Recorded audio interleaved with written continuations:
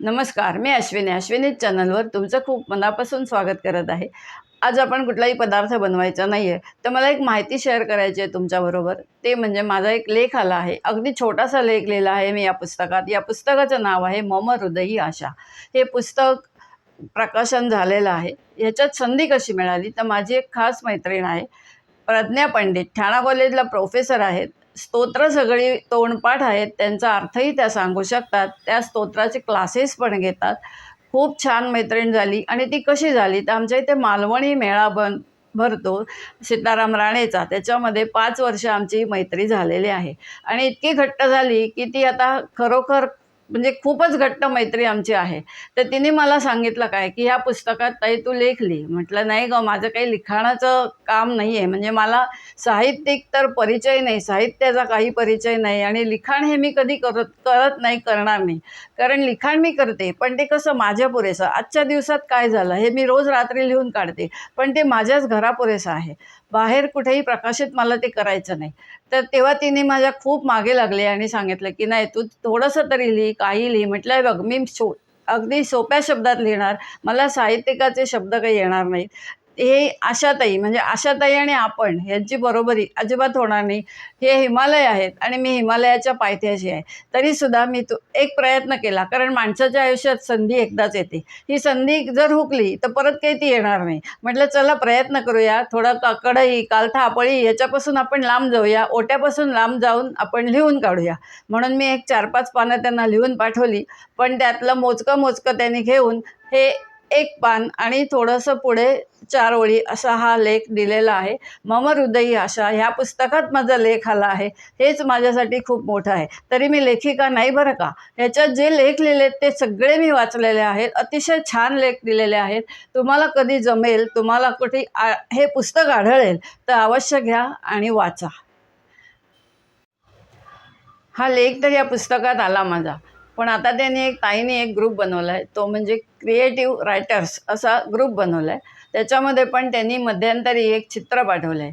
पावसाचं चित्र आहे, शेतकरी आहे, शेत दाखवलं आहे, म्हणजे वर आभाळ दाखवलं आहे, पाऊस पडतो आहे, शेतकरी काम करत आहेत, असं एक चित्र पाठवलं. आणि त्यांनी सांगितलं या चित्रावर तुम्ही लिहायचं आहे सर्वांनी. तर तेव्हासुद्धा मी त्यांना नाही सांगितलं. पण तरी म्हटलं चला लिहून तर बघूया. म्हणून त्याच्यात मी एक माझं बालपण लिहिलं आहे असं. पण ते बालपण खरं नाही, काल्पनिक बालपण, चित्रावरून बनवलेलं काल्पनिक बालपण मी लिहिलं आहे.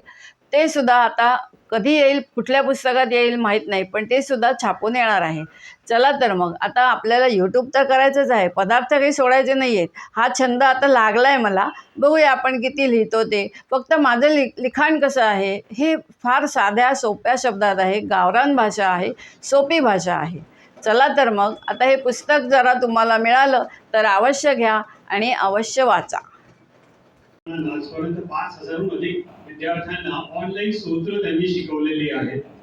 याचबरोबर ठाण्याचे घंटाळी मंदिर असो, कोपिनेश्वर मंदिर असो किंवा दादरचं आपलं सिद्धिविनायक मंदिर, कोल्हापूरची कुलस्वामिनी अंबाबाई, जेजुरीगडाचे मल्हारगडचे खंडेराय यांच्या देवस्थानांमध्ये त्यांची निरूपणं झालेली आहेत.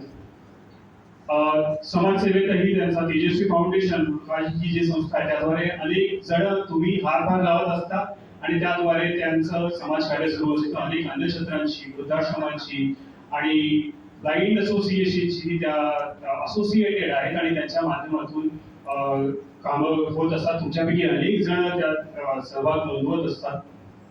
आणि त्याशिवाय त्या उत्तम लेखिका आहेत. 22 पुस्तकं आजवर त्यांची प्रकाशित झालेली आहेत. आणि आता हे सलकडी पुस्तकात प्रकाशित होत आहे. ते कसं घडलं आणि या पुस्तकाविषयी त्यांच्या आज काय भावना आहेत जाणून घेऊया त्यांच्याकडून. एकदा जोरदार काढा जाऊ दे.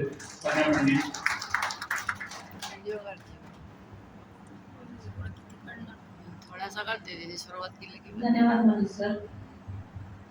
शारदा प्रकाशनचे सगळे लेखक ऑल इंडिया पोएट्री असोसिएशन या माझ्या संस्थेमध्ये सतत सगळ्या स्पर्धांमध्ये भाग घेणारे स्पर्धा सदस्य, प्रज्ञा स्तोत्र अध्ययन वर्गातील माझे सगळे विद्यार्थी, तुम्हा सगळ्यांचं खूप खूप मनापासून स्वागत आहे. तुमच्यापैकी अनेकांना ऑनलाईन मी मागची अनेक वर्ष बघते भेटते. या पुस्तकाच्या माध्यमातून आज तुम्ही सगळेजण बऱ्यापैकी मला अतिशय मनस्वी कवी आहेत आणि त्यांच्या कविता स्पर्धांमधून वाचण्यात आल्यानंतर त्यांना विनंती केली की तुम्हीही विचार करा, पुस्तक आपल्या सगळ्या कवितांचं व्हावं. कारण काय होतं, आपण खूप जण काही लिहित असतो पण ते सगळं व्हॉट्सअपवरती असतं, कुठल्या तरी ग्रुपमध्ये पोस्ट होतं, फेसबुकवरती कुठेतरी हरवून जातात ते लेख, त्या कविता. आणि म्हणून ते सगळं एकत्रित करून हे पुस्तक शारदा प्रकाशनतर्फे आज तुमच्या भेटीला येत आहे. शारदा प्रकाशनचे आधीचेही काही लेखक आहेत, संध्या सावंत मॅडम बसले आहेत. बाल साहित्यकार त्या आहेत. त्यांच्या लेखनाचं वैशिष्ट्य हे की त्यांचं पुस्तक प्रकाशित झालं की दुसऱ्या दिवशी कॉपी संपलेल्या असतात. कारण बाल साहित्यकार कमी झालेले आहेत, त्यामुळे तुमचं या परिवारातल्या सदस्य आहेत. स्वाती देवधर सिंग मॅडम इथे आहेत, त्याही आपल्या लेखिका आहेत, सातत्याने लिहित असतात. मिनल कांबळे मॅडम आहेत. आणि त्याचबरोबर एक मला सांगायला आवडेल की या पुस्तकामध्ये ज्यांचे लेख आहेत त्यातले काही छोटे विद्यार्थी पण इथे बसलेले आहेत. आणि ते छोटे विद्यार्थी या ठाणा कॉलेजच्याच MA चे विद्यार्थी आहेत आणि त्यांचं वय फार नाहीये, फक्त 50च्या पुढे आहे. त्यामुळे प्लीज तुम्ही हातवर करा, म्हणजे इतरांना कळेल की आपले ठाणा कॉलेजचे विद्यार्थी आहेत. तरी आणि तुम्ही छान अगदी वेळात वेळ काढून अभ्यास सांभाळून लेख दिलेत, तर तुमच्याही सगळ्यांचं खूप खूप मनापासून स्वागत आहे, अभिनंदन आहे, आभार आहे. आणि बोलूयात आपण, कार्यक्रम झाल्यानंतरही बोलूयात. धन्यवाद.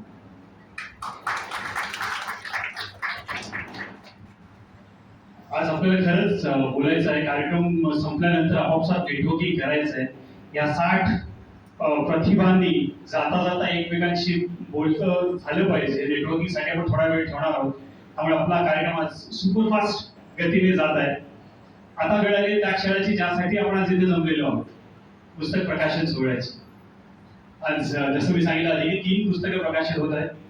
अमर हृदय आशा हे आशाताईंवरच्या संकलित लेखांचं पुस्तक, ऋतू बदलले तरी हा काव्य संग्रह एकनाथजी शेडगे यांनी लिहिलेला, आणि काव्य क्षितिज हा विजय चव्हाण यांचा काव्य संग्रह. आपण आता वळणार आहोत काव्य संग्रहांच्या आणि अमर हृदय आशा या संकलित लेखांच्या प्रकाशनाकडे. एका जोरदार टाळ्या जाऊ दे.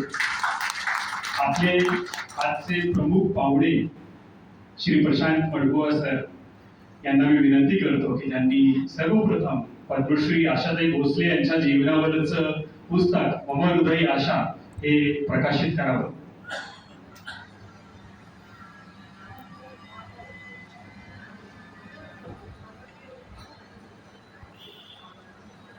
एक मिनिट पॉज घ्या.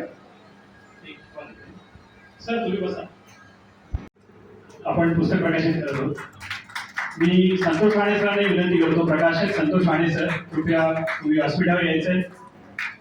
आपले प्राध्यापक रुपेश महाडिक सर इथे सर, आपण वरती या.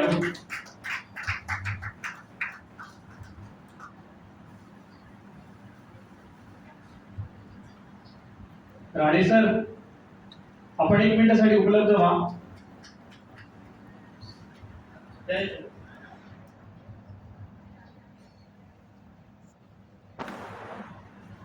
एकदा जोरदार टाळ्या जाऊ दे.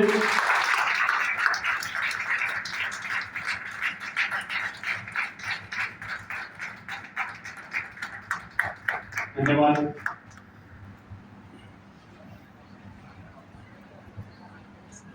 अमर हृदय आशा या पुस्तकाचं प्रकाशन झालंय मी असं घोषित करतो.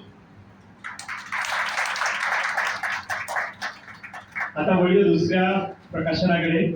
एकनाथजी शेडगे यांचं ऋतू बदलले तरी हा काव्य संग्रह आता इकडे प्रकाशित होत आहे.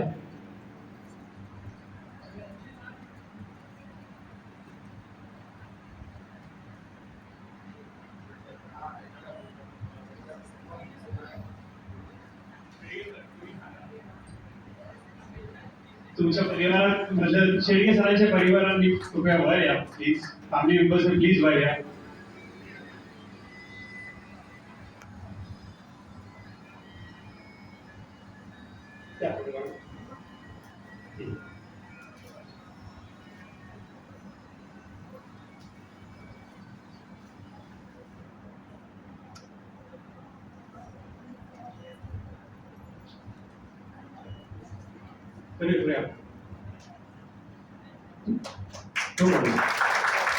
ऋतू बदलले तरी हा शेडगेचा काव्य संग्रह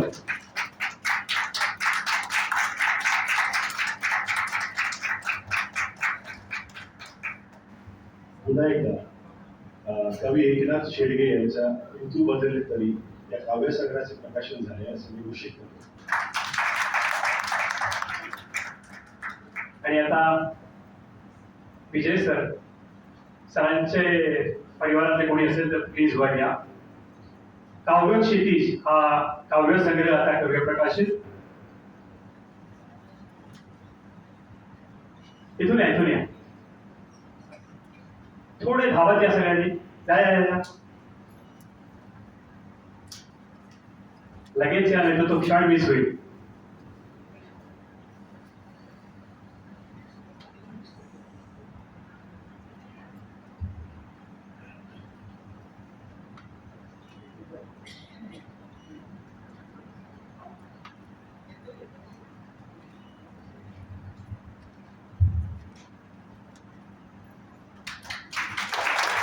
कॅमेराकडे बघा सगळ्यांनी.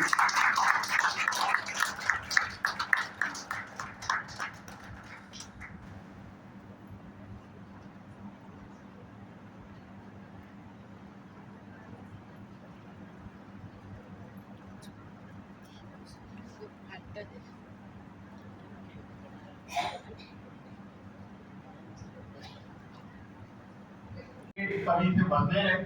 प्रत्येक जर आपण बघितलं त्या कवितेची एक स्वतःची ओळख आहे, कवितेची स्वतःची एक परंपरा आहे. मला वाटतं ती जपली गेली आणि त्या पद्धतीने त्या कविता लिहिणं अपेक्षित आहे. अर्थातच अनेक गोष्टींचा कवितेवरती परिणाम झालेला आपल्याला पाहायला मिळतो. खाऊच्या ज्याला आपण म्हणतो, खाजगीकरण, उदारीकरण आणि जागतिकीकरण, या सगळ्या गोष्टींचा परिणाम खाऊचा आम्ही पावसाळ्यात आस्वाद घेणार आहोत.